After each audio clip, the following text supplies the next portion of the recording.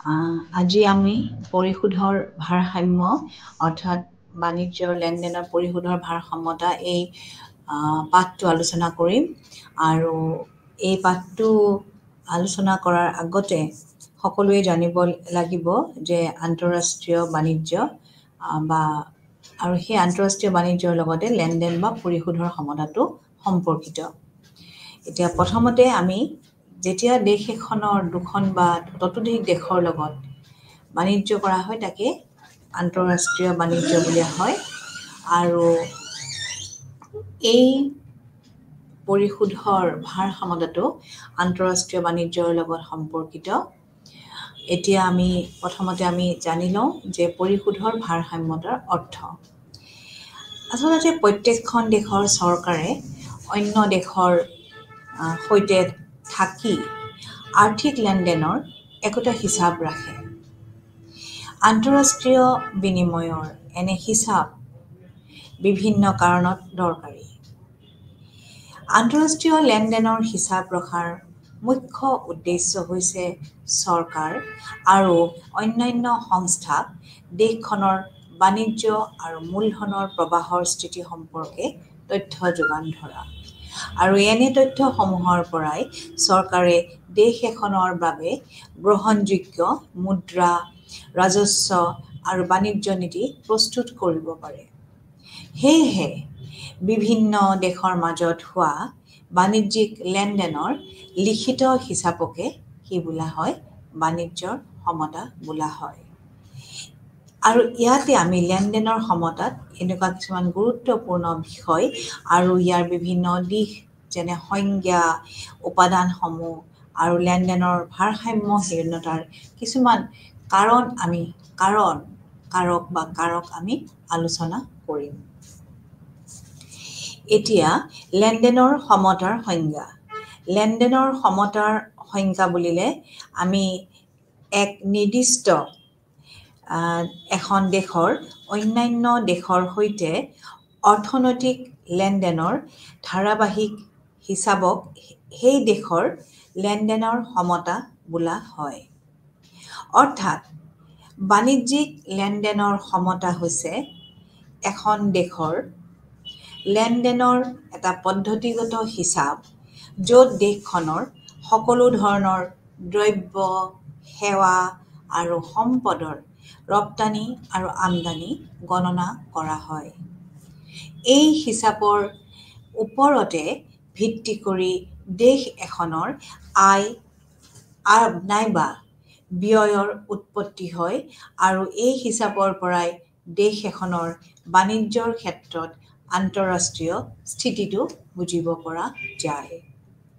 গতিকে এক নিৰ্দিষ্ট সময়ত এখন দেশৰ অন্যান্য বেলেগ বেলেগ দেশৰ সৈতে যি অৰ্থনৈতিক লেনদেন, তাৰমানে আমদানি, ৰপ্তানি এইবিলাক অৰ্থনৈতিক লেনদেন বুলি কোৱা হয়, সেই ধাৰাবাহিক হিচাপক সেই দেশৰ লেনদেনৰ সমতা বুলি কোৱা হয়। এতিয়া এই সংজ্ঞাটোৰ পৰা আমি কি বুজি পাওঁ? এই সংজ্ঞাটোৰ পৰা আমি এইটোকে ক'ব পাৰোঁ যে লেনদেনৰ সমতা হৈছে এখন দেশৰ আন্তঃৰাষ্ট্ৰীয় বিনিময়ৰ সংক্ষিপ্ত বিৱৰণ। আন্তঃৰাষ্ট্ৰীয় লেনদেনৰ উদ্ভৱ হোৱাৰ কাৰণ হৈছে দ্ৰব্যৰ প্ৰৱাহ, সেৱাৰ প্ৰৱাহ আৰু সম্পদৰ প্ৰৱাহ। স্বাভাৱিকতে এই প্ৰৱাহসমূহৰ বাবেই অৰ্থনৈতিক লেনদেনত আয় নাইবা ব্যয়ৰ উৎপত্তি হয়। কিন্তু কেতিয়াবা কোনো পৰিশোধ নকৰাকৈও দ্ৰব্যৰ প্ৰৱাহ ঘটিব পাৰে, যেনে বিদেশৰ পৰা পোৱা উপহাৰ। সেই উপহাৰো ইয়াত প্ৰৱাহৰ ভিতৰতে অন্তৰ্ভুক্ত কৰা হয়, অৰ্থাৎ এইটো দ্ৰব্যৰ প্ৰৱাহ বুলি কোৱা হয়। আৰু এইটো আমি 1 নম্বৰ এই সংজ্ঞাটোৰ পৰা আমি এই অৰ্থটো বুজিব পাৰোঁ। আৰু দ্বিতীয়তে আমি বুজিব পাৰোঁ যে লেনদেনৰ সমতাত অন্তৰ্ভুক্ত হোৱা আৰ্থিক বিনিময় দুখন দেশৰ ব্যক্তিৰ মাজতো হ'ব পাৰে। এনে বিনিময়ৰ বাবে হস্তান্তৰ মূল্য দিব লাগে, অৰ্থাৎ ট্ৰান্সফাৰ পে'মেণ্ট দিব লগা হয়। উদাহৰণস্বৰূপে যেতিয়া দেশ A, ধৰি লওক দেশ A আৰু B, দুখন দেশ A কি কৰিলে, দেশখনে B দেশলৈ দ্ৰব্য ৰপ্তানি কৰে। তেতিয়া বিয়ে এক বৈদেশিক বিনিময়ৰ মাধ্যমত মূল্য পৰিশোধ কৰিব লাগিব। আৰু তেতিয়াই ধৰক আমাৰ যদি ভাৰতবৰ্ষই কিবা এনেকুৱা লেনদেন কৰে আমেৰিকাৰ লগত, তেতিয়া তাক আমি ডলাৰৰ যোগেদি আমি মানে পৰিশোধ কৰিব লাগিব। আৰু বৈদেশিক মুদ্ৰা যেনে ডলাৰৰ মাধ্যমেদি এইটো কি কৰা হয়, বিনিময়টো পৰিশোধ কৰিব পাৰি। তৃতীয়তে, লেনদেনৰ সমতা এটা প্ৰবাহৰ ধাৰণা। আটাইবোৰ আৰ্থিক প্ৰবাহ যেনে দ্ৰব্য আৰু সেৱাৰ প্ৰবাহ, মূলধনৰ প্ৰবাহ, এইটো কি কৰা হয়, একোটা বিত্তীয় বছৰৰ এক নিৰ্দিষ্ট সময়ত কৰাটো বুজোৱা হয়। বিত্তীয় বছৰ ধৰি লোৱা হয় আৰু এই একোটা নিৰ্দিষ্ট সময় বা এক নিৰ্দিষ্ট বছৰৰ ভিতৰত তাক গণনা কৰা হয়। গতিকে আমি এই সংজ্ঞাটোৰ পৰা আমি এই তিনিটা অৰ্থ আমি ভাঙি ল'ব পাৰোঁ। এতিয়া আহিব লেনদেনৰ সমতাৰ আৰ্থিক শ্ৰেণী বিভাজনো আছে। আৰু আৰ্থিক শ্ৰেণী বিভাজনত আমি কি কৰিম,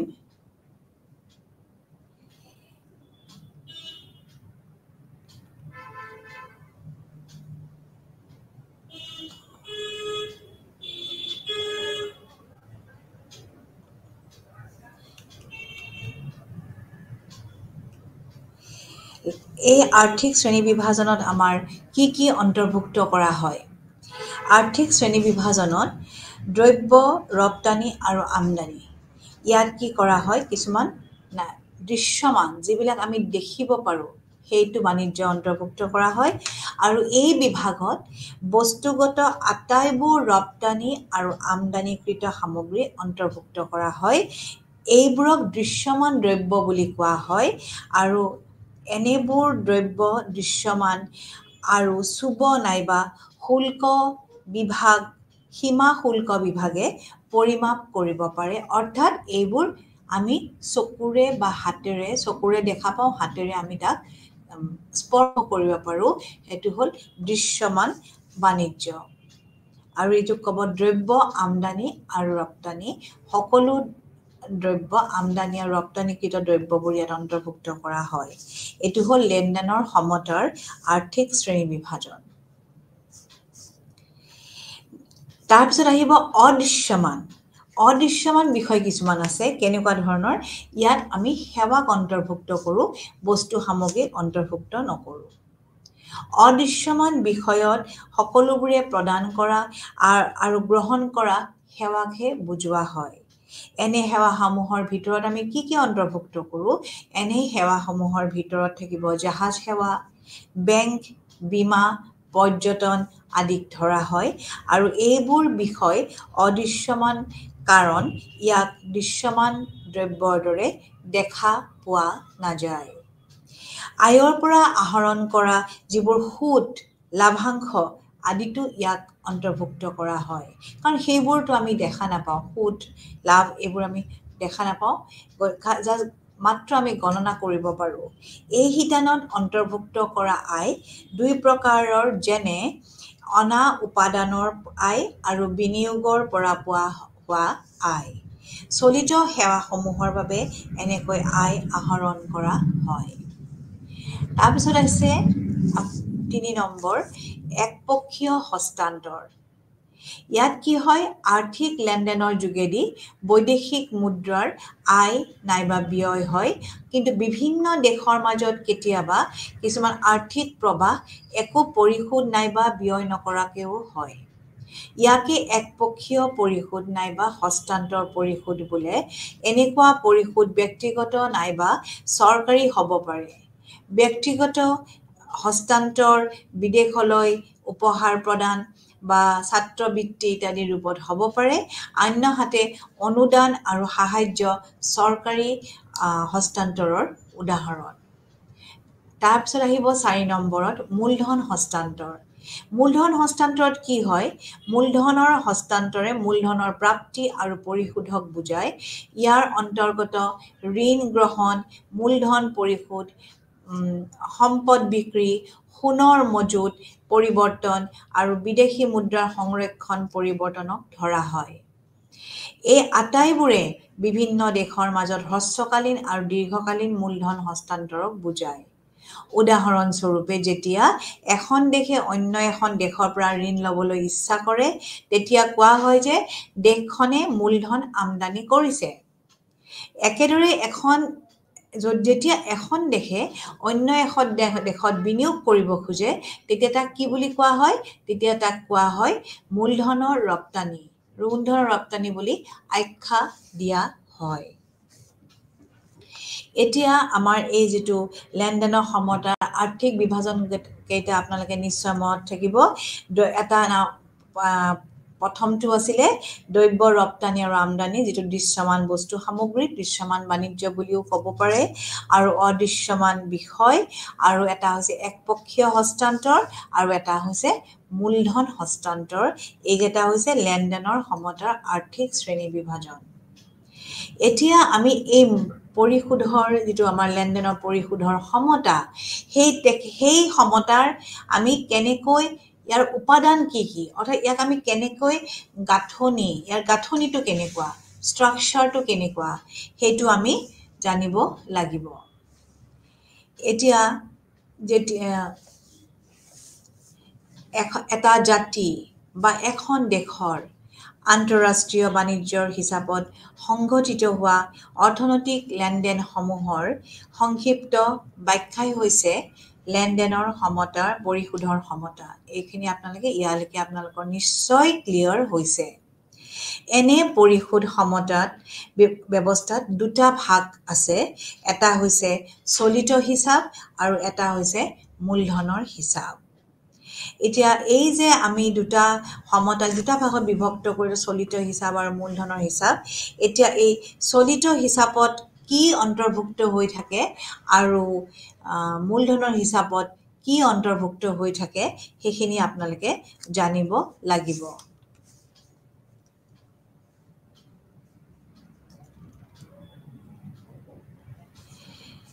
এই চলিত হিচাপত কি থাকিব? বাণিজ্যিক হিচাপৰ প্ৰতিটো দফা লেনদেন সমতাৰ চলিত হিচাপত দেখুওৱা হয়।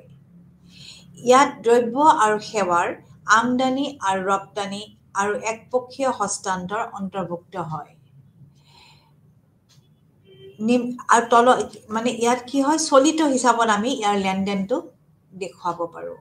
আৰু ইয়াত কি হয়? দ্ৰব্য আৰু সেৱাৰ আমদানি আৰু ৰপ্তানি একপক্ষীয় হস্তান্তৰ। মই যিটো আপোনালোকক আগতেই ক'লোঁ যে আৰ্থিক শ্ৰেণী বিভাজন কি কি আছিলে? দৃশ্যমান, অদৃশ্যমান, একপক্ষীয় আৰু মূলধন হস্তান্তৰ। এই চলিত হিচাপৰ যিটো লেনদেনৰ হিচাপ, দ্ৰব্য আৰু সেৱাৰ, সেইটো আমদানি ৰপ্তানিটো একপক্ষীয় হস্তান্তৰ, আমদানি ৰপ্তানি আৰু একপক্ষীয় হস্তান্তৰ অন্তৰ্ভুক্ত হয়। গতিকে ইয়াত তিনিটা বিষয় অন্তৰ্ভুক্ত। এটা হ'ল বাণিজ্যৰ দৃশ্যমান বিষয়, অৰ্থাৎ বস্তু সামগ্ৰী, আৰু এটা হ'ল অদৃশ্যমান, তাৰমানে সেৱা, আৰু নাম্বাৰ 3টো হ'ব একপক্ষীয় হস্তান্তৰ। চলিত হিচাপত সেয়েহে আমদানি আৰু ৰপ্তানি দ্ৰব্য আৰু সেৱাসমূহৰ উপৰিও হস্তান্তৰ আয় অন্তৰ্ভুক্ত হয়। ইয়াত চলিত দ্ৰব্য আৰু সেৱাৰ উৎপাদনহে ধৰা হয়।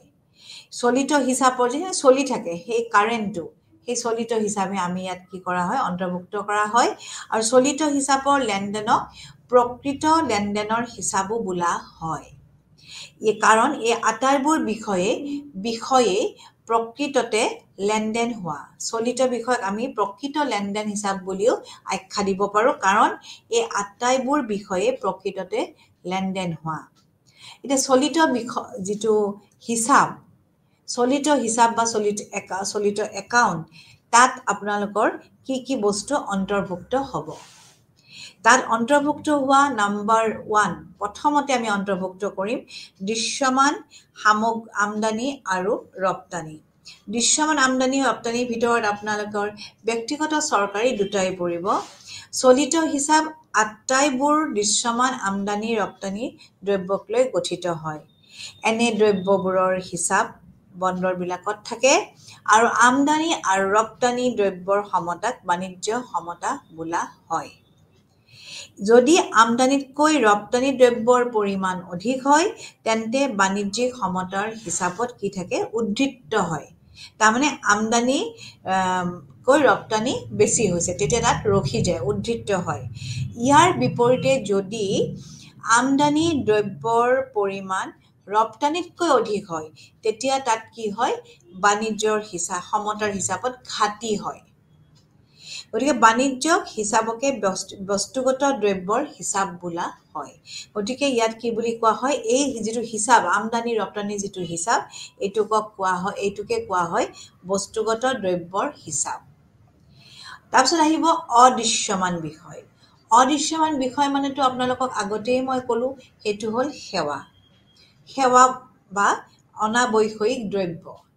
ইয়াত কি হয় চলিত হিচাপত অদৃশ্য বাণিজ্যৰ সেৱাসমূহকো অন্তৰ্ভুক্ত কৰা হয়। সেৱাসমূহ কেতিয়াও দৃশ্যমান নহয় আৰু সেৱাসমূহৰ পৰা হোৱা উপাদানৰ আয় যেনে সুদ লাভ লাভাংশ ইত্যাদি আৰু আন উপাদানৰ আয় যেনে জাহাজ সেৱা বেংক বীমা পৰ্যটন ছফ্টৱেৰ সেৱা ইত্যাদি ইয়াত সামৰি লোৱা হয়। ক'ত লোৱা হয় অদৃশ্যমান বিষয়ত। আমদানি আৰু ৰপ্তানি সেৱাৰ হিচাপত হোৱা সমতাক অদৃশ্যমান বাণিজ্যৰ সমতা বোলা হয়। আৰু বাণিজ্য হিচাপৰ দৰে যদি ৰপ্তানি আৰু সেৱাৰ পৰা আমদানি সেৱাতকৈ অধিক হয় তেতিয়া ইয়াক কোৱা হয় অদৃশ্যমান সমতা বাণিজ্যৰ সমতা উদ্ধৃত অদৃশ্যমান সমতা। আৰু যদি ওলোটা ফালে যদি আপোনালোকে চাই আমদানি যদি ৰপ্তানি সেৱাতকৈ অধিক হয় তেতিয়া তাক কোৱা হ'ব অদৃশ্যমান ঘাটি লেনদেনৰ সমতা। অদৃশ্যমান হিচাপকে সেৱা হিচাপ বুলি কোৱা হয়। তাৰপিছত আহিব একপক্ষীয় হস্তান্তৰ।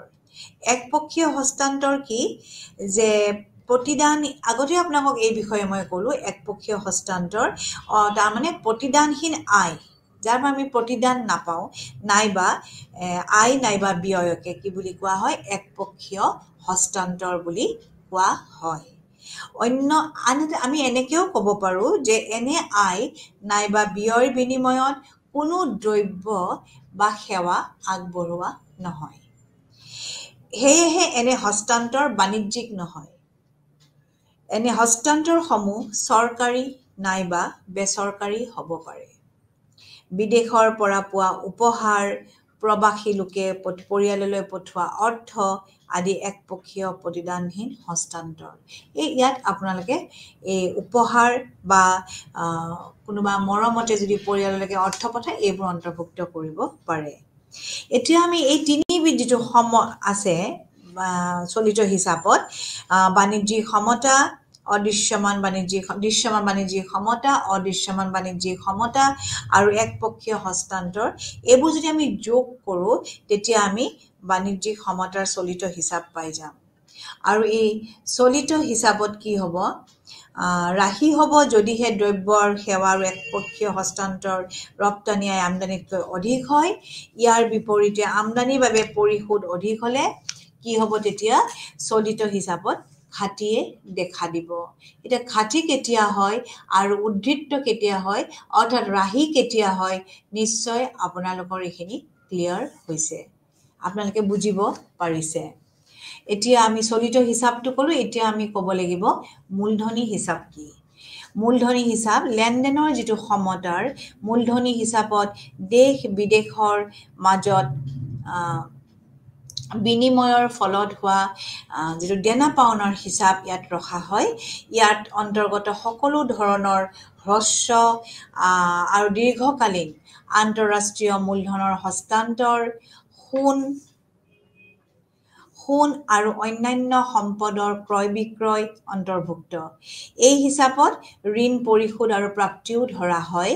মূলধনী হিচাপৰ অন্তৰ্ভুক্ত প্ৰধান বিষয়সমূহ আমি এতিয়া আলোচনা কৰিম। 1 নম্বৰ হৈছে প্ৰথমতে আমি ক'ব পাৰোঁ প্ৰত্যক্ষ বিনিয়োগ। আৰু প্ৰত্যক্ষ বিনিয়োগ মানে কি? প্ৰত্যক্ষ বিনিয়োগৰ অৰ্থ হৈছে অন্য দেশত ক্ৰয় কৰা সম্পদ আৰু তাৰ পৰা আহৰণ কৰা নিয়ন্ত্ৰণ। অন্য দেশত এখন প্ৰতিষ্ঠানে ক্ৰয় কৰা নাইবা বিদেশত এটা ঘৰ কিনা প্ৰত্যক্ষ বিনিয়োগৰ উদাহৰণ। আৰু এটা আমি অন্তৰ্ভুক্ত কৰিব লাগিব ইয়াত মূলধনী হিচাপত পৰ্টফলিঅ' বিনিয়োগ। পৰ্টফলিঅ' বিনিয়োগ কি? পৰ্টফলিঅ' বিনিয়োগ হৈছে অন্য এক প্ৰকাৰৰ বিনিয়োগ প্ৰক্ৰিয়া য'ত এখন দেশৰ এটা প্ৰতিষ্ঠান নাইবা কোম্পানীয়ে বিদেশী কোম্পানীৰ অংশপত্ৰ ক্ৰয় কৰে নাইবা বিদেশী চৰকাৰে বিক্ৰী কৰা বণ্ড তেওঁলোকে ক্ৰয় কৰে। আৰু এই ধৰণৰ বিনিয়োগৰ ক্ষেত্ৰত কি হয়? প্ৰতিষ্ঠান এটাৰ সম্পদৰ ওপৰত নিয়ন্ত্ৰণ নাথাকে। তাৰপিছত আহিব ঋণ। ঋণ ইয়াত যিবিলাক অন্তৰ্গত ব্যৱসায়িক ঋণ গ্ৰহণ আৰু বৈদেশিক সাহায্য ধৰা হয়। ব্যৱসায়িক যিবোৰ ঋণ গ্ৰহণে এখন দেশৰ চৰকাৰ নাইবা বেচৰকাৰী খণ্ডই আন্তঃৰাষ্ট্ৰীয় মুদ্ৰা বজাৰৰ পৰা ঋণ লোৱাটো বুজায়। বজাৰ নিৰ্ধাৰিত সূতত এনে ঋণ পাব পাৰি। অন্যহাতে বিদেশী সাহায্যই এখন দেশে লাভ কৰা ৰেহাই হাৰৰ ঋণকো ইয়াত বুজায়। বেংকৰ যোগেদি মূলধনৰ লেনদেন। এই ব্যৱস্থাই বাণিজ্যিক আৰু সমবায় বেংকৰ বৈদেশিক বিত্তীয় দেনা পাওনাৰ লেনদেনক বুজায়। আৰু এনে লেনদেন কি হয়? প্ৰৱাসীসকলৰ বিনিয়োগকো বুজায়। গতিকে মূলধনৰ হিচাপৰ শুদ্ধ সমতাই এখন দেশৰ সামগ্ৰিক লেনদেনৰ সমতাৰ সৃষ্টি বুজায়। ইয়াক এইদৰেও আমি ক'ব পাৰোঁ যে ঘৰুৱা সম্পদ বিক্ৰীৰ ফলত যিবিলাক বৈদেশিক মুদ্ৰাৰ অন্তৰ্গমন হয় নাইবা বিদেশৰ পৰা ঋণ আহৰণ হয় তাৰ পৰা যদি আমি বিয়োগ কৰোঁ, মাইনাছ কৰোঁ, বিদেশী সম্পদ ক্ৰয়ৰ ফলত হোৱা বিদেশী মুদ্ৰাৰ বহিৰ্গমনটো যদি আমি নাইবা বিদেশক প্ৰদান কৰা ঋণটো মাইনাছ কৰি দিওঁ, তেতিয়াও আমি মূলধনৰ হিচাপৰ শুদ্ধ সমতাটো আমি পাব পাৰোঁ। আৰু মূলধনী হিচাপো তেনেদৰে সমতাৰ উদ্ধৃত্ত হ'ব পাৰে, ঘাটি হ'ব পাৰে। গতিকে উদ্ধৃত্তই মূলধনৰ শুদ্ধ অন্তৰ্গমন দেখায় আৰু ঘাটিয়ে মূলধনৰ শুদ্ধ বহিৰ্গমন বুজায়। গতিকে আপোনালোকে নিশ্চয় গম পাইছে যেতিয়া টকাটো বাহিৰলৈ ওলাই যাব তেতিয়া ঘাটি হ'ব, আৰু যদি ভিতৰত অন্তৰ্গমন হয় নিজৰ দেশলৈকে আহে তেতিয়া সেইটোক ক'ব উদ্ধৃত্ত বা ৰাহি। গতিকে আমি ক'ব পাৰোঁ যে লেনদেনৰ যিটো সমতাৰ চলিত হিচাপত দ্ৰব্য আৰু সেৱাসমূহৰ দেনা পাওনাকে ধৰি পূৰ্বৰ ঋণৰ সুতো ধৰা হয়। মূলধনী হিচাপত অন্যহাতে নতুন বা পুৰণি ঋণৰ বাবদ পৰিশোধ নাইবা প্ৰাপ্তি অন্তৰ্ভুক্ত হয়। কিন্তু এটা খুব অৰ্থপূৰ্ণ বা খুব ইম্পৰ্টেণ্ট কথা এইটো যে যিকোনো লেনদেনৰ ফলস্বৰূপে বিদেশত দিবলগীয়া হ'লে তাক দেনা হিচাপে ঋণাত্মক চিহ্নেৰে অন্তৰ্ভুক্ত কৰা হয়। আৰু কিন্তু বিদেশৰ পৰা যদি লেনদেনৰ জৰিয়তে যদি আমি আহৰণ কৰিব পাৰোঁ সেইটোক কি বোলে? পাওনা হিচাপে তাক যোগাত্মক প্লাছ চিহ্নৰে আমি হিচাপত অন্তৰ্ভুক্ত কৰিব পাৰোঁ। গতিকে আপোনালোকে গমেই পাইছে দেনা আৰু পাওনা। দেনাটোত আমি মাইনাছ চিহ্নেদি যিখিনি আমি বিদেশক দিম সেইটো দেনাত আমি মাইনাছ চিহ্নেদি দেখুৱাম, আৰু যিটো পাওনা আমি বেলেগৰ পৰা পাম সেইটোক অৰ্থাৎ আমাৰ বিদেশী মুদ্ৰা যেতিয়া আমাৰ ইয়াত অন্তৰ্ভুক্ত হয় তেতিয়া আমি সেইটোক কি বুলি কয়? অন্তৰ্গমন হয়, সেইটোক কয় পাওনা, আৰু সেইটোক আমি যোগাত্মক অৰ্থাৎ প্লাছেদি আমি দেখুৱাম। গতিকে সকলো আমদানি দ্ৰব্য আৰু সেৱা একপক্ষীয় হস্তান্তৰ পৰিশোধ আৰু মূলধনৰ বহিৰ্গমন আদি ঋণাত্মক বিষয়, এইবোৰ দেনাত পৰে। আৰু আটাইবোৰ ৰপ্তানি দ্ৰব্য আৰু সেৱা একপক্ষীয় হস্তান্তৰ প্ৰাপ্তি আৰু মূলধনৰ অন্তৰ্গমন আদি যোগাত্মক পাওনা হিচাপে নথিভুক্ত বা অন্তৰ্ভুক্ত হয়। গতিকে আপোনালোকে এইখিনিতো বুজি পালে মূলধনী হিচাপ আৰু চলিত হিচাপ আৰু মূলধনী হিচাপ।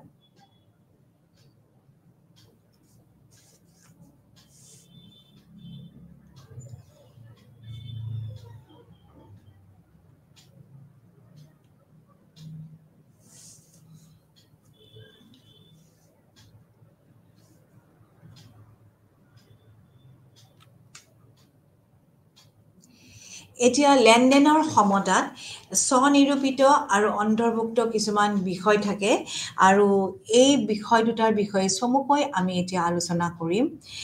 লেনদেনৰ সমতাৰ হিচাপত দুটা বিষয় সদায় স্থান পায়। এটা হৈছে স্বয়ংক্ৰিয় বিষয় আৰু এটা হৈছে অন্তৰ্ভুক্ত বিষয়। এতিয়া স্বয়ংক্ৰিয় বিষয় কি আৰু অন্তৰ্ভুক্ত বিষয় কি এই বিষয়ে আমি আলোচনা কৰিম। আন্তঃৰাষ্ট্ৰীয় আৰ্থিক লেনদেনৰ ক্ষেত্ৰত উদ্ভৱ হোৱা সৰ্বাধিক লাভ, সুতৰ যোগেদি হোৱা আয় আদিক স্বয়ংক্ৰিয় বিষয় বোলে। উদাহৰণস্বৰূপে যদি কোনো বহুৰাষ্ট্ৰীয় কোম্পানীয়ে ভাৰতত বিনিয়োগ কৰে তেন্তে তাৰ উদ্দেশ্য হ'ব কি উদ্দেশ্য হ'ব সৰ্বাধিক লাভ অৰ্জন কৰা আৰু এনেধৰণৰ লেনদেনবোৰ দেশ এখনৰ লেনদেনৰ সমতা ব্যৱস্থাৰ ওপৰত নিৰ্ভৰশীল নহয়।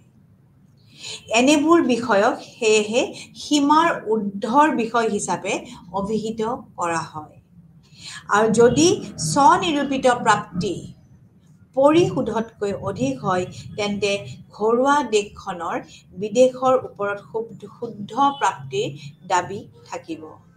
ইয়াৰ বিপৰীতে যদি স্বনিৰূপিত প্ৰাপ্তি পৰিশোধতকৈ কম হয় তেতিয়া বিদেশী ৰাষ্ট্ৰ এখনৰ ঘৰুৱা দেশৰ ওপৰত শুদ্ধ প্ৰাপ্তিৰ দাবী থাকিব।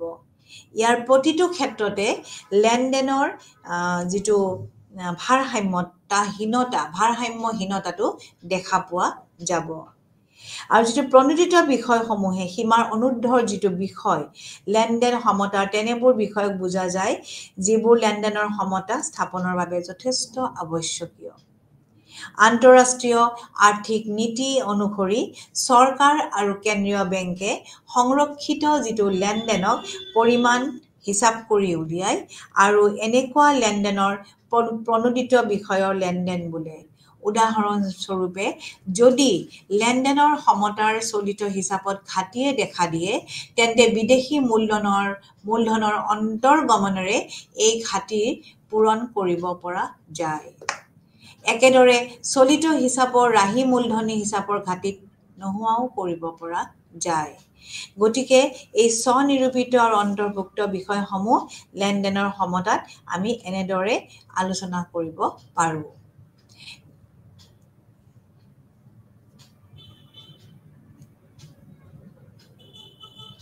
এই স্বয়ংক্ৰিয় বিষয় বুলি ক'লে কি বুলি মই ইতিমধ্যে আপোনালোকক কৈছোঁ। স্বয়ংক্ৰিয় বিষয় হৈছে সৰ্বাধিক লাভ, সুতৰ যোগেদি হোৱা আয় আদি। এইখিনি আপোনালোকৰ নিশ্চয় মনত থাকিব। এতিয়া আমি যিটো চলিত হিচাপ আৰু মূলধনী হিচাপ আমি পঢ়িলোঁ তাৰ কিছুমান পাৰ্থক্যও আছে।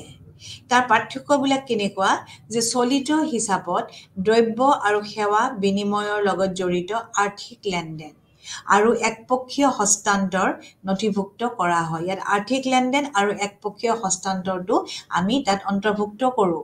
কিন্তু মূলধনী হিচাপত কি হয় মূলধনৰ লেনদেন যেনে ঋণ আহৰণ আৰু ঋণ প্ৰদান, সম্পদৰ ক্ৰয় বিক্ৰয় আৰু সোণ আৰু বিদেশী মুদ্ৰাৰ মজুত পৰিৱৰ্তন ইত্যাদিহে অন্তৰ্ভুক্ত কৰা হয়।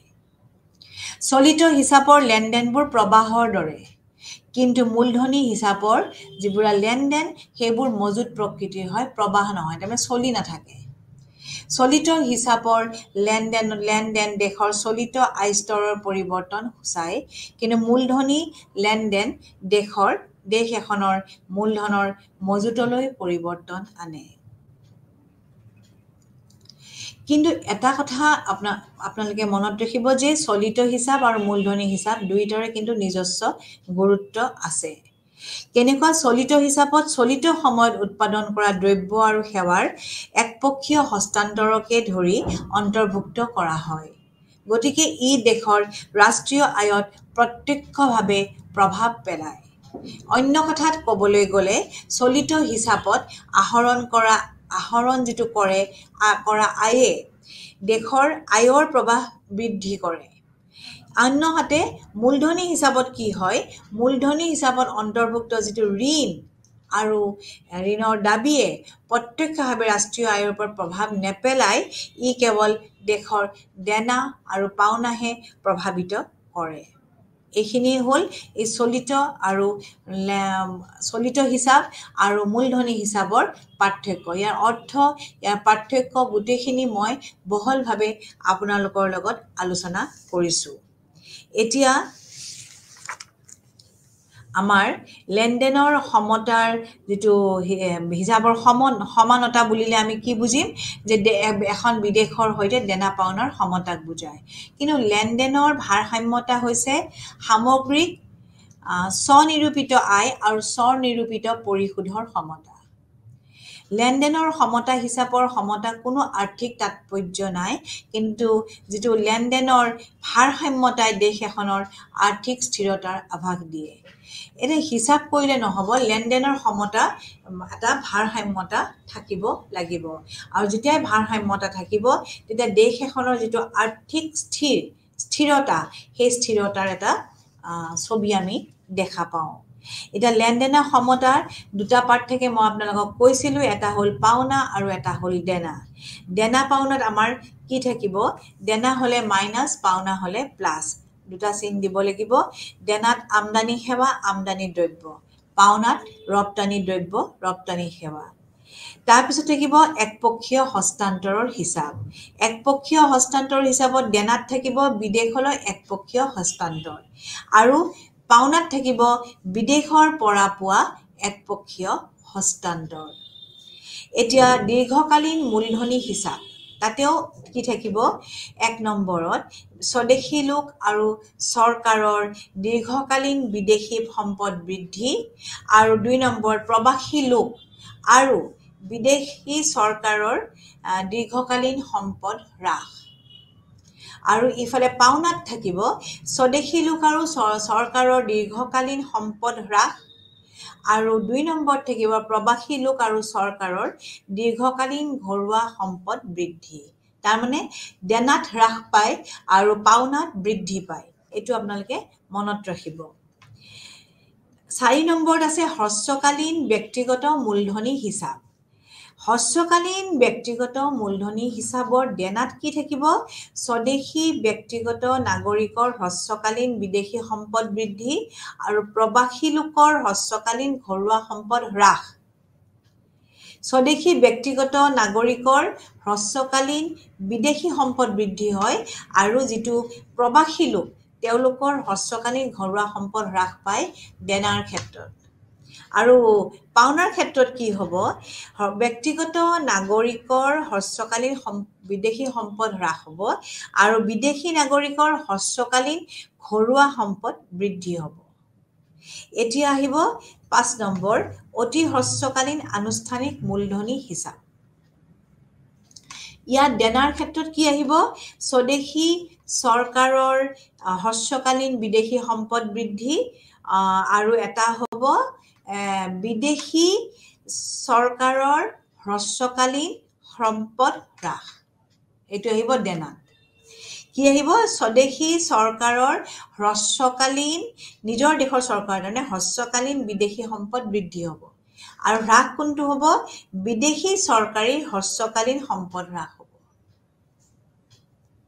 এতিয়া পাওনাত কি হ'ব, পাওনাতটো আপুনি যোগাত্মক অৰ্থাৎ প্লাছ দিব লাগিব, আমি তাৰমানে পাম।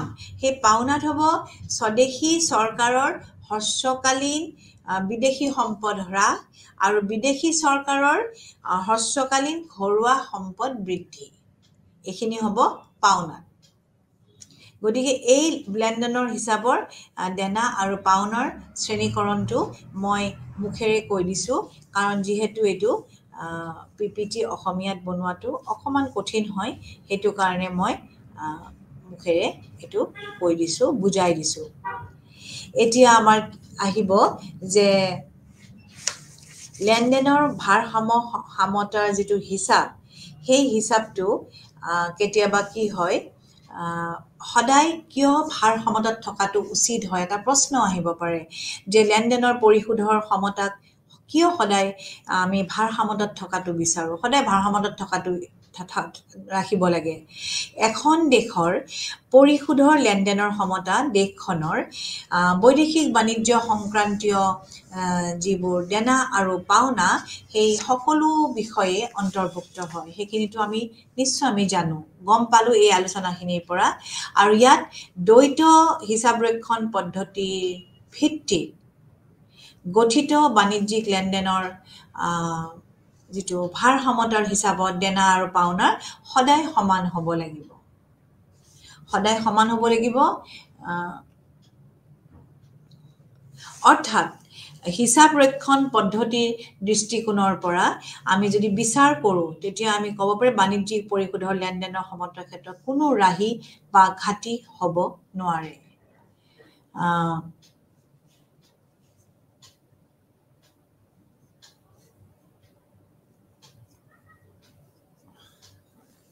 এনে হিচাপত পাওনাৰ শিতানটোত দেশখনে এক নিৰ্দিষ্ট সময়ত বিভিন্ন উৎসৰ পৰা উপাৰ্জন কৰা বৈদেশিক মুদ্ৰাৰ হিচাপ আৰু দেনাৰ শিতানটোত উক্ত সময়ছোৱাত দেশখনে বৈদেশিক মুদ্ৰাৰ ভাণ্ডাৰৰ পৰা বিভিন্ন দেনা পৰিশোধৰ বিষয়সমূহ অন্তৰ্ভুক্ত হয়।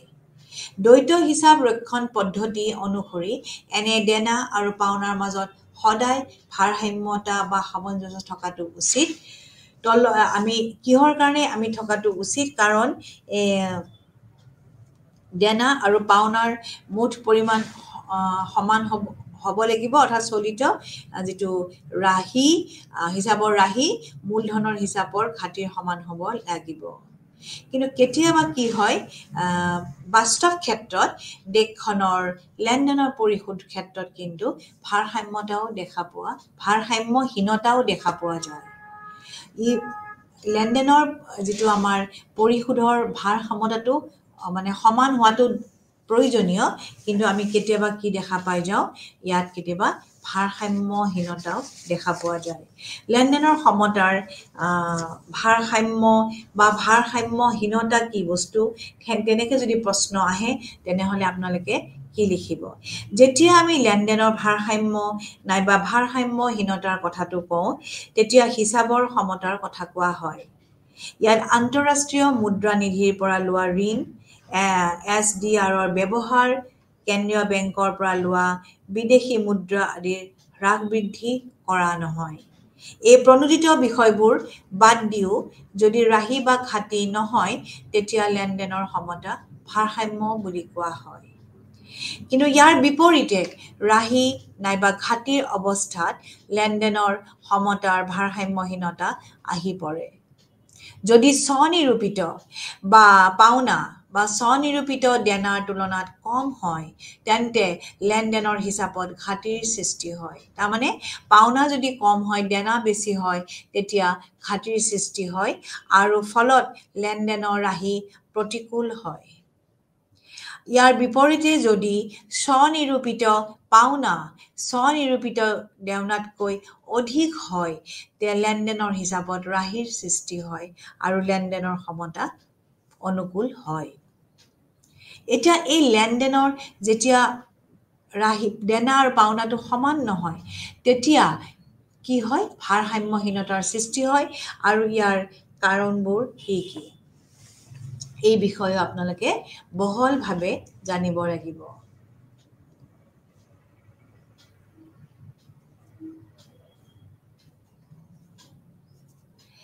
আৰু মনত ৰাখিব, যেতিয়া এখন দেশৰ দেনাতকৈ পাওনাৰ পৰিমাণ অধিক হয়, তেতিয়া লেনদেনৰ পৰিশোধৰ ভাৰসাম্যহীনতা দেশখনৰ অনুকূলে যায়। কাৰণ এই ক্ষেত্ৰত দেশখনে বৈদেশিক বাণিজ্যৰ পৰা ৰাহি উপাৰ্জন কৰিবলৈ সক্ষম হয়। ৰাহি হ'লে দেশখনে বৈদেশিক মুদ্ৰা অৰ্জন কৰিব পাৰে আৰু সেইটো এটা দেশখনৰ কাৰণে যথেষ্ট অনুকূল পৰিৱেশ হৈ থাকে। অন্যহাতেদি যেতিয়া দেশখনৰ বৈদেশিক বাণিজ্যৰ পাওনাতকৈ দেনাৰ পৰিমাণ অধিক হয়, তেতিয়া উক্ত ভাৰসাম্যহীনতা দেশখনৰ প্ৰতিকূলে যায়। তেনে ভাৰসাম্যহীনতাই লেনদেন পৰিশোধৰ ঘাটি নামেৰেও পৰিচিত। লেনদেন পৰিশোধৰ ভাৰসাম্যতা এখন দেশৰ অনুকূলে গৈছে নে প্ৰতিকূলে গৈছে সেই বিষয়ে দেশখনৰ জনসাধাৰণে বিদেশৰ পৰা আহৰণ কৰা উপাৰ্জন আৰু বিদেশক দিবলগীয়া দেনাৰ তুলনামূলক বিচাৰৰ মাধ্যমত নিৰ্ধাৰণ কৰা হয় এটা সমীকৰণ আমি ব্যৱহাৰ কৰিব পাৰোঁ সেইটো হৈছে বি মানে পৰিশোধৰ লেনদেনৰ ভাৰসাম্যতা ইকুৱেল সাইন সমান চিন দি r - p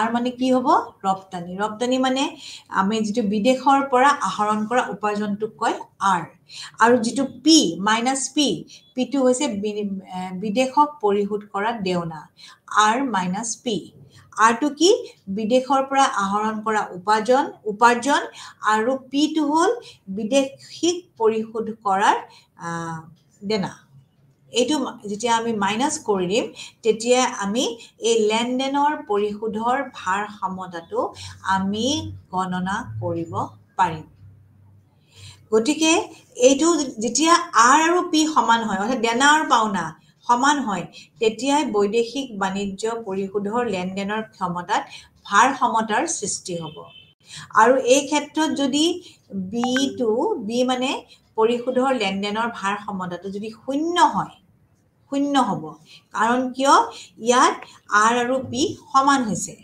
দেনা আৰু পাওনা সমান হৈছে বুলি আমি সংক্ষেপতে মনত ৰাখিবলগীয়াকে আমি এনেকে পঢ়িব পাৰো তেতিয়া b টো 0 হ'ব শূন্য হ'ব আৰু যদি r টো অৰ্থাৎ দেনাটো যদি মানে আমি পাওনাটো যদি ডাঙৰ হৈ থাকে গ্ৰেটাৰ দেন p তেতিয়া কি হ'ব ভাৰসাম্যহীনতাৰ সৃষ্টি হয় আৰু তে দেখখন ভাৰসাম্যহীনতাটো অনুকূলে যায় ভাল আৰু যদি r টো সৰু হয় p টো ডাঙৰ হয় তেতিয়া কিন্তু লেনদেনৰ ভাৰসাম্যতাটো দেশখনৰ প্ৰতিকূলে যায় আৰু তেতিয়া ঘাটিৰ সৃষ্টি হয় ক'ত ঘাটি বৈদেশিক বাণিজ্যত ঘাটিৰ সৃষ্টি হয় গতিকে এইখিনি হ'ল আমাৰ অৰ্থ আমি ইয়াক কেনেকৈ পৰিশোধৰ এই যেটো বেলেন্স অফ পেমেন্টস আমি কেনেকৈ ইয়াক আমি মানে গণনা কৰিব পাৰো আমাৰ ইয়াত কি কম্পোনেন্ট থাকে কেনেকৈ আমাৰ এইটো সন্তুলিত বিওপি বা অতিৰিক্ত বা ডেফিচিট বা এনেকুৱা ধৰণৰ সকলো অৰ্থ এই মই আপোনাক বুজাই দিলো এতিয়া মই কৈ আছো যে ভাৰসাম্যহীনতা এই শব্দটো মই কৈ আছো এই ভাৰসাম্যহীনতা মানে কি এবাৰ দেনাতকৈ পাওনা কম হ'ব এবাৰ পাওনা বেছি হ'ব দেনা কম হ'ব এইবিলাক ভাৰসাম্যহীন অৱস্থা আৰু এই ভাৰসাম্যহীন অৱস্থাৰ প্ৰকাৰ কি মানে কিমানটা টাইপ আমি দেখিবলৈ পাওঁ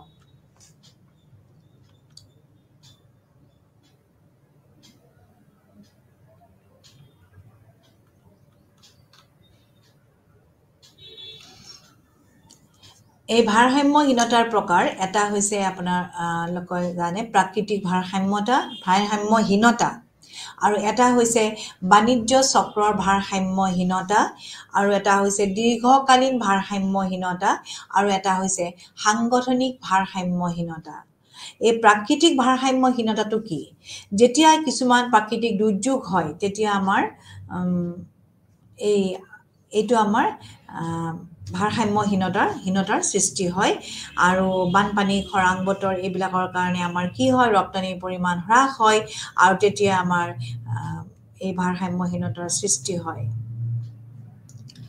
কেতিয়াবা বাণিজ্য চক্ৰৰ ভাৰসাম্যহীনতাৰ কাৰণেও ইয়াৰ সৃষ্টি হয় যেতিয়া উত্থানৰ পথত অগ্ৰসৰ হয় এখন দেশ তেতিয়া জনসাধাৰণৰ উপাৰ্জন বৃদ্ধি হয় আৰু তেতিয়া আমদানিৰ প্ৰতি যেতিয়া ৰপ্তানিৰ পৰিমাণ বৃদ্ধি পায় আৰু তেতিয়াই কি হয় আমাৰ ভাৰসাম্যহীনতাৰ সৃষ্টি হয় আৰু কেতিয়াবা বাণিজ্যিক লেনদেনৰ ভাৰসাম্য দেশৰ অনুকূলেও যায় তেতিয়া এই ক্ষেত্ৰত অনুকূলে যায় আৰু কেতিয়াবা মন্দাৱস্থাৰ কালছোৱাত কি হয় আমাৰ উপাৰ্জন কমে তেতিয়া আমদানি বৃদ্ধি পায় আৰু তেতিয়া দেশখনত আৰু ভাৰসাম্যহীনতাৰ সৃষ্টি হয় আৰু তেতিয়া দেশখনত কি কেনেকুৱা পৰিৱেশ প্ৰতিকূল পৰিৱেশ সৃষ্টি হয় দীৰ্ঘকালীন ভাৰসাম্যতা আছে যেতিয়া এখন অৰ্থনীতি উন্নয়নৰ এটা স্তৰৰ পৰা আন এটা স্তৰলৈ গতি কৰে তেতিয়া দেশখনত বৈদেশিক বাণিজ্য লেনদেনৰ এক দীৰ্ঘকালীন ভাৰসাম্যতাৰ ভাৰসাম্যহীনতাৰ সৃষ্টি হয় সাংগঠনিক ভাৰসাম্যহীনতাটোতো আপোনাৰ দেখা পাব দেশ বিদেশৰ যিবিলাক অৰ্থনৈতিক সংগঠনৰ পৰিৱৰ্তনে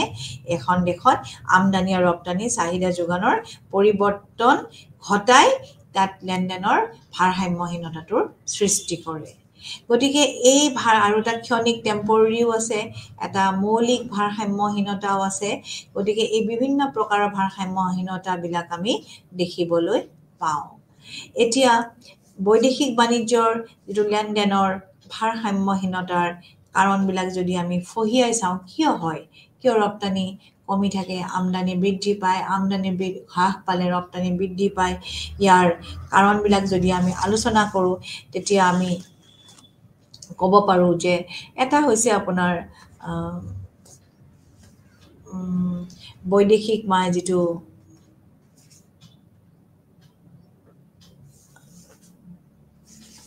মুদ্ৰাস্ফীতি এটা আমি ক'ব পাৰোঁ মুদ্ৰাস্ফীতিয়ে লেনদেনৰ ভাৰসাম্যহীনতাৰ সৃষ্টি কৰে কেনেকৈ মুদ্ৰাস্ফীতিয়ে সৃষ্টি কৰে কাৰণ মুদ্ৰাস্ফীতি ৰপ্তানি হ্ৰাস পাব আমদানি বৃদ্ধি পাব আৰু তাৰ ফলত ৰপ্তানি ব্যয়বহুল হয় আমদানি সস্তীয়া হৈ পৰে আমদানি হ্ৰাস আৰু ৰপ্তানি বৃদ্ধি পালে বাণিজ্যিক সমতা প্ৰতিকূল হৈ লেনদেনৰ ভাৰসাম্যহীনতাও সৃষ্টি হ'ব পাৰে উচ্চ উন্নয়নমূলক ব্যয় যেতিয়া ব্যয় বেছি হয় চৰকাৰৰ মেইনলি যেতিয়া আমি দেখা পাওঁ উন্নয়নশীল দেশবিলাকত আমি যে দেখা পাওঁ যন্ত্ৰপাতি কেঁচা সামগ্ৰী আদি আমদানি কৰিবলগীয়া হৈছে ফলস্বৰূপে আমাৰ আমদানি খৰচটো বাঢ়ি যায় আৰু তেতিয়া লেনদেনৰ সমতা প্ৰতিকূল হৈ পৰে জনসংখ্যা বৃদ্ধিও এটা উল্লেখযোগ্য কাৰণ অত্যাধিক জনসংখ্যা বৃদ্ধিৰ ফলত দেশ এখনত প্ৰতিকূল পৰিৱেশ দেখা পোৱা যায় কাৰণ উৎপাদিত যিবিলাক দেশীয় দ্ৰব্য সেৱা সেইসমূহে সৰ্বমুঠ যিটো চাহিদা সেইটো পূৰণ কৰিব নোৱাৰে আৰু তাৰ ফলতো কি হয় আমদানি বৃদ্ধি পায় বেলেগ দেশৰ পৰা আমি লৈ আহিব লগা হয় আৰু তেতিয়া আমি দেনাটো বৃদ্ধি পাব আৰু তেতিয়া এটা ভাৰসাম্যহীনতাৰ অৱস্থাৰ সৃষ্টি হ'ব তাৰ পিছত আহিব ৰাষ্ট্ৰীয় আয়ৰ পৰিমাণৰ পৰিৱৰ্তন যেতিয়া ৰাষ্ট্ৰীয় আয়ৰ পৰিৱৰ্তন হয় আয়ৰ পৰিমাণৰ পৰিৱৰ্তন হয় তেতিয়াও লেনদেনৰ সমতাৰ ভাৰসাম্যহীনতাৰ সৃষ্টি হয় কাৰণ ৰাষ্ট্ৰীয় আয় বৃদ্ধিৰ ফলত আমদানি বৃদ্ধি পাবলৈ ধৰে আৰু লেনদেনৰ সমতাত ঘাটিয়ে দেখা দিয়ে যদি দেশখনে পূৰ্ণ নিয়োগৰ অৱস্থা পায় তেন্তে আয় বৃদ্ধিৰ ফলত দৰ বৃদ্ধি পায় আৰু আমদানি বাঢ়িবলৈ ধৰে গতিকে পূৰ্ণ নিয়োগ অৱস্থা পাবলৈ চেষ্টা কৰিব লাগে যদি ঋণৰ বোজা বৃদ্ধি পায় উন্নয়নশীল দেশবোৰে উন্নয়নমূলক কাম কাজ কৰিবৰ কাৰণে কি লাগে আমাৰ পোৰ্টফলিঅ' বিনিয়োগ অলৰেডি মই আপোনালোকক ইতিমধ্যে এই বিষয়ে আলোচনা কৰিছোঁ পোৰ্টফলিঅ' বিনিয়োগৰ ৰূপত মূলধন আমদানি কৰিবলগীয়া হয় আৰু ইয়াৰ ফলত ঋণৰ বোজা বৃদ্ধি পায় আৰু এনেবোৰ দেশে ঋণ পৰিশোধৰ বাবে বৃহৎ মাত্ৰাত উন্নত দেশসমূহলৈ পুঁজি হস্তান্তৰ কৰিবলগীয়া হয় আৰু ফলস্বৰূপে আমাৰ লেনদেনৰ ভাৰসাম্যহীনতাই এটা প্ৰতিকূল পৰিৱেশৰ সৃষ্টি কৰে তাৰ উপৰিও বৈদেশিক বিনিময়ৰ হাৰৰ পৰিৱৰ্তন দেশীয় মুদ্ৰাৰ যিটো বহিৰ্মূল্য বৃদ্ধিয়ে আমদানি সস্তীয়া কৰে ৰপ্তানি ব্যয় বহুল কৰে আৰু তাৰ ফলত আমদানি উৎসাহিত হয় ৰপ্তানি নিৰুৎসাহিত হয় আৰু তাৰ পিছতে লেনদেনৰ সমতা ভাৰসাম্যহীন কৰি তোলে আৰু লগতে প্ৰদৰ্শনৰ অভাৱো এটা উল্লেখযোগ্য কাৰণ উন্নয়নশীল দেশসমূহত কি হয় প্ৰদৰ্শন প্ৰভাৱো লেনদেনৰ এটা উল্লেখযোগ্য কাৰণ তেওঁলোকে কি কৰে উন্নত দেশৰ ভোগ পদ্ধতি অৱলম্বন উন্নত দেশবিলাকে কি কৰে ভোগ পদ্ধতি অৱলম্বন কৰে আৰু তাৰ ফলত তেওঁলোকৰ যিবিলাক উন্নত নহয় উন্নয়নশীল দেশবিলাকত এটা ভোগ পদ্ধতি অৱলম্বন কৰা দেখা যায় কাৰ ভোগ পদ্ধতি উন্নত দেশৰ ভোগ পদ্ধতি আৰু তাৰ ফলত তেওঁলোকৰ স্থায়ী ভোগ্য দ্ৰব্যৰ আমদানি বৃদ্ধি হোৱাৰ বাবে লেনদেনৰ সমতাত ঘাটিৰ সৃষ্টি হয় গতিকে লেনদেনৰ সমতা আমি এই যিবিলাক ঘাটিৰ সৃষ্টি হয় সেইটো আমি আচলতে আঁতৰাব লাগে আমি ৰিমুভ কৰিব লাগে আৰু দেনা আৰু পাওনাৰ মাজত এটা সামঞ্জস্য থাকি সমতা সৃষ্টি কৰিব লাগে তাৰ উপৰিও যিবিলাক অনুন্নত দেশ উন্নয়নশীল দেশ ভাৰতবৰ্ষৰ কথা আমি ক'ব পাৰোঁ এনেবোৰ দেশত উন্নয়নী ব্যয় বৃদ্ধি জনসাধাৰণৰ উপাৰ্জন বৃদ্ধি কৰে আৰু আমদানিকৃত বিদেশী দ্ৰব্যৰ প্ৰতি বিশেষ মোহ থকা অনুন্নত দেশৰ উপাৰ্জন বৃদ্ধি আমদানিৰ প্ৰতি চাহিদা বৃদ্ধি কৰা যথেষ্ট ইন্ধন যোগায় আমদানিৰ পৰিমাণ বৃদ্ধি এনে দেশৰ আমাৰ বৈদেশিক বাণিজ্যৰ ক্ষেত্ৰত বা লেনদেনৰ পৰিশোধৰ ক্ষেত্ৰত যথেষ্ট ঘাটিৰ সৃষ্টি কৰাটো স্বাভাৱিক আৰু তাৰ ফলত আমাৰ কি হয় ইয়াত ঘাটিৰ সৃষ্টি হয় মানে আমদানিৰ পৰিমাণটো অধিক হয় আৰু লেনদেনৰ ক্ষেত্ৰত পৰিশোধৰ লেনদেনৰ ক্ষেত্ৰত এটা ঘাটিৰ সৃষ্টি হোৱা দেখা যায় তাৰ উপৰিও আন্তঃৰাষ্ট্ৰীয় যিবিলাক ঋণ আৰু বিনিয়োগ ব্যৱস্থা সেইবিলাকেও বৈদেশিক বাণিজ্য ৰাহি আৰু ঘাটিৰ প্ৰধান কাৰণ যেতিয়া অধিক পৰিমাণে বিদেশৰ পৰা ঋণ গ্ৰহণ কৰে তেতিয়া আমাৰ ইয়াত লেনদেনৰ ভাৰসাম্যতা প্ৰতিকূলে যায় আৰু ঋণ প্ৰদান কৰা দেশখনৰ বাণিজ্যিক লেনদেনৰ ভাৰসাম্যতা ইয়াৰ অনুকূলে যায় গতিকে উন্নত দেশবোৰে উপযুক্ত পৰিমাণে পুঁজি বিনিয়োগ নকৰাৰ কাৰণেও এনে দেশসমূহে বৈদেশিক বাণিজ্যৰ লেনদেনৰ ক্ষেত্ৰত ঘাটিৰ সন্মুখীন হোৱা দেখা যায় গতিকে এই ধৰণৰ বিভিন্ন কাৰণৰ কাৰণে আজি আমাৰ এই যিটো লেনদেনৰ পৰিশোধৰ লেনদেনৰ ক্ষেত্ৰত আমাৰ এক সমস্যা দেখা দিয়ে অৰ্থাৎ আমাৰ ইয়াত ভাৰসাম্যহীনতাৰ সৃষ্টি হয় এই ধৰণৰ লেনদেনৰ ভাৰসাম্যহীনতাৰ কাৰণ লেনদেনৰ ভাৰসাম্যহীনতা কি ইয়াত ৰাহি কেতিয়া হয় ঘাটি কেতিয়া হয় এই আটাইবোৰ বস্তু বহলভাৱে বিস্তৃতভাৱে আপোনালোকে জানিব লাগিব আৰু নহ'লে আপোনালোকে এইখিনি বস্তু কৰিব নোৱাৰিব একো বিশেষ টান নহয় বিশেষ আপোনালোকে অসুবিধা নাপাব কেৱল এই যিটো আৰু এটা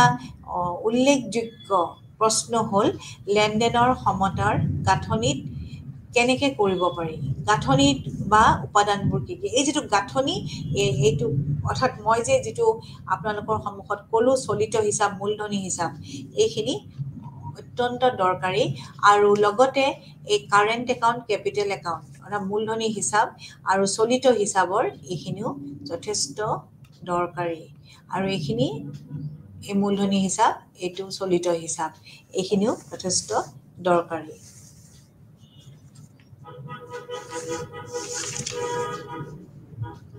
এতিয়া এই যিটো আমাৰ মই আপোনালোকক ক'লোঁ যে কেনেকৈ ঘাটিৰ সৃষ্টি হয় কেনেকৈ ৰাহিৰ সৃষ্টি হয় এইখিনিতো আমি শুধৰণি কৰিব লাগিব এইখিনিতো আমি সংশোধনৰ ব্যৱস্থা কৰিব লাগিব ৰাহি হ'লে আমি বা যিটো ভাৰসাম্যহীনতা সেইখিনিতো আমি সংশোধন কৰিব লাগিব তাৰ কাৰণেও বিভিন্ন ব্যৱস্থা আছে বা বিভিন্ন পদ্ধতি আছে আৰু সেইখিনি আমি আলোচনা কৰিব লাগিব বুজিব লাগিব আৰু যিখন আমাৰ এখন পৰিশোধৰ লেনদেনৰ হিচাপ থাকে যিটো আমাৰ বাণিজ্য আন্তঃৰাষ্ট্ৰীয় বাণিজ্যৰ যিটো পৰিশোধৰ লেনদেনৰ হিচাপ থাকে দেনা আৰু পাওনা বেলেঞ্চ অফ পে'মেণ্ট পৰিশোধৰ লেনদেনৰ সমতা ইয়াৰ যিটো দেনা আৰু পাওনাৰ বিষয়ে মই অধ্যয়ন মানে আপোনালোকক বিস্তৃতভাৱে বহলাই ক'লোঁ সেইখিনি আপোনালোকে ভালকৈ আপোনালোকে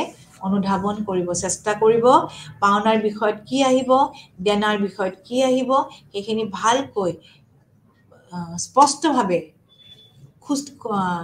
খুঁটি নাটি মাৰি পঢ়িবলৈ চেষ্টা কৰিব এতিয়া পাওনাৰ বিষয়ত আমাৰ আহিব ৰপ্তানি দ্ৰব্য ৰপ্তানিকৃত সেৱা বিদেশত বিনিয়োগৰ উপাৰ্জন বা আয় একপক্ষীয় পাওনা দীৰ্ঘকালীন ঋণ সংগ্ৰহ হ্ৰস্বকালীন ঋণ সংগ্ৰহ সোণ আৰু সম্পত্তি বিক্ৰী এইবিলাক পাওনাত আহিব দেনাত কি আহিব আমদানিকৃত দ্ৰব্য আমদানিকৃত সেৱা দেশত বিনিয়োগ কৰা বিদেশী মূলধনৰ উপাৰ্জন একপক্ষীয় দেনা দীৰ্ঘকালীন ঋণদান দেনাতে আহিব ঋণদানটো হ্ৰস্বকালীন ঋণদান সোণ আৰু সম্পত্তি ক্ৰয় সংশোধন আৰু ৰেহাই এইবিলাক আহিব দেনাত এইবোৰ যেনেকৈ এখন তালিকা কৰি সেই তালিকাখনত লিখিবলৈ চেষ্টা কৰিব আৰু এই বিষয়বোৰ পৰিৱৰ্তন হ'ব নালাগে যিমানখিনি পাৰে বিষয়বোৰ স্পষ্টভাৱে দিবলৈ চেষ্টা কৰিব কাৰণ এই বিষয়বোৰ যদি আপোনালোকে পৰিৱৰ্তন কৰে তেতিয়াহ'লে ই যিটো উত্তৰটো পাৰফেক্ট নহ'ব, শুদ্ধ নহ'ব। গতিকে এই যিবোৰ বিষয় অন্তৰ্ভুক্ত দেনা আৰু পাওনাত, সেই দেনা আৰু পাওনাৰ বিষয়কেইটা আপোনালোকে যেনেকৈ পাইছে তেনেকৈ দিবলৈ চেষ্টা কৰিব, আৰু তেতিয়াহে উত্তৰটো শুদ্ধ আৰু পাৰফেক্ট হ'ব। আৰু চলিত হিচাপত কি যিটো আপোনাৰ গাঁথনিত যিটো আছিলে চলিত হিচাপ আৰু মূলধনী হিচাপ, তাতো যিবোৰ বিষয় অন্তৰ্ভুক্ত হৈ আছে সেইখিনি আপোনালোকে এজ ইট ইজ দিবলৈ চেষ্টা কৰিব। সেইখিনি যাতে পৰিৱৰ্তন কৰি বা কমাই দি বা কাটি কুটি অকল মেইন পইণ্ট এটা লিখিলে নহ'ব, তাৰ ভিতৰত কোন বিষয় অন্তৰ্ভুক্ত হৈ আছে সেই বিষয়ে আপোনালোকে লিখিবলৈ চেষ্টা কৰিব। এতিয়া বা লেনদেনৰ হিচাপৰ যিটো আপোনালোকৰ চলিত আৰু মূলধনৰ হিচাপত যিটো মই পাৰ্থক্য বুজাই ক'লোঁ, সেই পাৰ্থক্যটো আপোনালোকে বুজিবলৈ চেষ্টা কৰিব, আৰু সেই পাৰ্থক্যটো আপোনালোকৰ যথেষ্ট ইম্পৰ্টেণ্ট। আৰু স্বনিৰূপিত আৰু অন্তৰ্ভুক্ত বিষয়সমূহো আপোনালোকৰ যিটো মই লেনদেনৰ সমতাত যিটো স্বনিৰূপিত আৰু অন্তৰ্ভুক্ত বিষয়সমূহ আছে, সেইখিনি যিখিনি মই কৈ দিলোঁ সেইখিনি আপোনালোকে পঢ়িবলৈ চেষ্টা কৰে। এইখিনি যথেষ্ট গুৰুত্বপূৰ্ণ। আৰু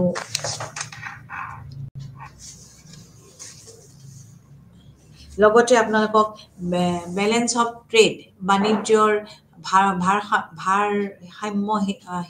ভাৰসাম্যতাও আপোনালোকৰ বহুত দৰকাৰী, আৰু গতিকে এই বিষয়ে আমি পিছত আলোচনা কৰিম। বাণিজ্যিক ভাৰসাম্যতাটো আজি আমি লেনদেনৰ পৰিশোধৰ ভাৰসাম্যতাটো আলোচনা কৰিলোঁ, আৰু ইয়াত যিবোৰ অৰ্থ বা ইয়াৰ যিবোৰ পাৰ্থক্য বা ইয়াৰ যিবোৰ কম্পনেণ্টছ আছে বা যিবিলাক সন্তুলিত পৰিশোধৰ ভাৰসাম্যতা বা অতিৰিক্ত বা ঘাটি বা ৰাহি, এইবিলাকৰ যিবিলাক ডেফিনিশ্যন সংজ্ঞা, সেইবোৰ যথেষ্ট গুৰুত্বপূৰ্ণ। আৰু পৰিশোধৰ লেনদেনৰ ভাৰসাম্যতাৰ সংজ্ঞাটো আপোনালোকৰ পৰীক্ষাৰ বাবে যথেষ্ট গুৰুত্বপূৰ্ণ। গতিকে আপোনালোকৰ যিখন নিজৰ বুক মানে কিতাপ আছে তাতো আপোনালোকে ডিটেইলছত পাব, আৰু বেলেগ ৰেফাৰেঞ্চ বুকো আপোনালোকে লৈ পঢ়িব পাৰে। গতিকে আমাৰ এই লেনদেনৰ পৰিশোধৰ সমতাৰ যিটো চেপ্টাৰ, সেইটোৰ যিটো আমাৰ আন্তঃৰাষ্ট্ৰীয় বাণিজ্য যিটো এটা প্ৰধান বিষয়বস্তু, এই পৰিশোধৰ ভাৰসাম্যতাটো, সেইটোৰ অৰ্থ আজি আমি অধ্যয়ন কৰিলোঁ। আৰু এই যিটো ভাৰসাম্যহীনতা সৃষ্টি হয়, ৰাহি আৰু ঘাটি, এইটো আমি নিবাৰণ কৰা বা ইয়াক আমি নাইকিয়া কৰা বা আমি ইয়াক সংশোধন কৰাৰ কাৰণে আমি যিবোৰ ব্যৱস্থা ল'ম, সেই বিষয়ে আমি নেক্সট ক্লাছত অধ্যয়ন কৰিম। আৰু কিন্তু কাৰণসমূহ আপোনালোকে জানিব লাগিব, আৰু যিবোৰ কাৰণ মই আপোনালোকক ক'লোঁ বা আলোচনা কৰিলোঁ আপোনালোকৰ সৈতে, সেই কাৰণসমূহ আপোনালোকে ভালকৈ অনুধাৱন কৰিব চেষ্টা কৰিব। কাৰণ এই কাৰণবোৰ জানিব লাগিব যে কিয় লেনদেনৰ সমতা ভাৰসাম্যহীন হয়। উচ্চ উন্নয়নমূলক ব্যয়, জনসংখ্যা বৃদ্ধি, মুদ্ৰাস্ফীতি, ৰাষ্ট্ৰীয় আয়ৰ পৰিৱৰ্তন, উৎপাদনশীল ব্যয় বৃদ্ধি, এই বৈদেশিক বিনিময় হাৰৰ পৰিৱৰ্তন, এই বিভিন্ন কাৰণৰ কাৰণে আমাৰ পৰিশোধৰ এই লেনদেনৰ সমতাটোত ভাৰসাম্যহীনতাৰ সৃষ্টি হয়। কেতিয়াবা ই ৰাহি অৰ্থাৎ পাওনাটো বেছি হয়, কেতিয়াবা দেনাটো বেছি হয়, দেনা বেছি হ'লে প্ৰতিকূল অৱস্থাৰ সৃষ্টি হয়, পাওনাটো বেছি হ'লে অনুকূল অৱস্থাৰ সৃষ্টি হয়। গতিকে এই ধৰণৰ বস্তুখিনি আপোনালোকে ভালকৈ অনুধাৱন কৰিবলৈ চেষ্টা কৰিব। আৰু আমি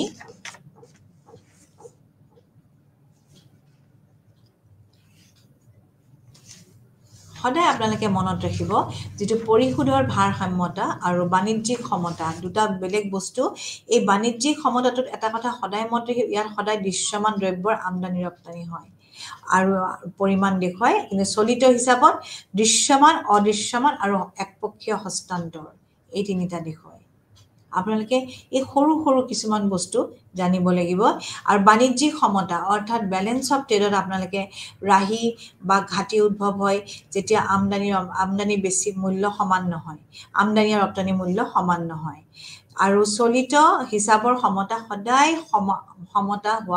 সমান হোৱাটো আৱশ্যকীয় নহয় ইয়াতো ঘাটি বা ৰাহি হ'ব পাৰে আৰু এই হিচাপত ঘাটি হ'ব যেতিয়া আয়তকৈ পৰিশোধ অধিক হয় আৰু ৰাহি হ'ব যেতিয়া আয়তকৈ পৰিশোধতকৈ অধিক হয় অৰ্থাৎ আয়টো বেছি হ'ব পৰিশোধতকৈ তেতিয়া চলিত হিচাপত সমতাৰ ঘাটি বা ৰাহি সৃষ্টি হ'ব আৰু বাণিজ্যিক সমতাটো তেনেকৈ ৰপ্তানি আমদানিতকৈ কম হ'লে ঘাটি হ'ব আৰু আমদানি যদি অধিক হয় ৰপ্তানি অধিক হয় আমদানি কম হয় তেতিয়া ৰাহিৰ সৃষ্টি হ'ব গতিকে বাণিজ্যিক সমতাটো খালি দৃশ্যমান সামগ্ৰী অন্তৰ্ভুক্ত হয় আৰু চলিত হিচাপত দৃশ্যমান অদৃশ্যমান আৰু হস্তান্তৰ তিনিটাই অন্তৰ্ভুক্ত হয় গতিকে আমি পিছৰ ক্লাছত আমি দেখুৱাম যে আমি কেনেকৈ লেনদেনৰ সমতা ভাৰসাম্যহীনতাটো আমি ৰিমুভ কৰিব পাৰোঁ বা সংশোধন কৰিব পাৰোঁ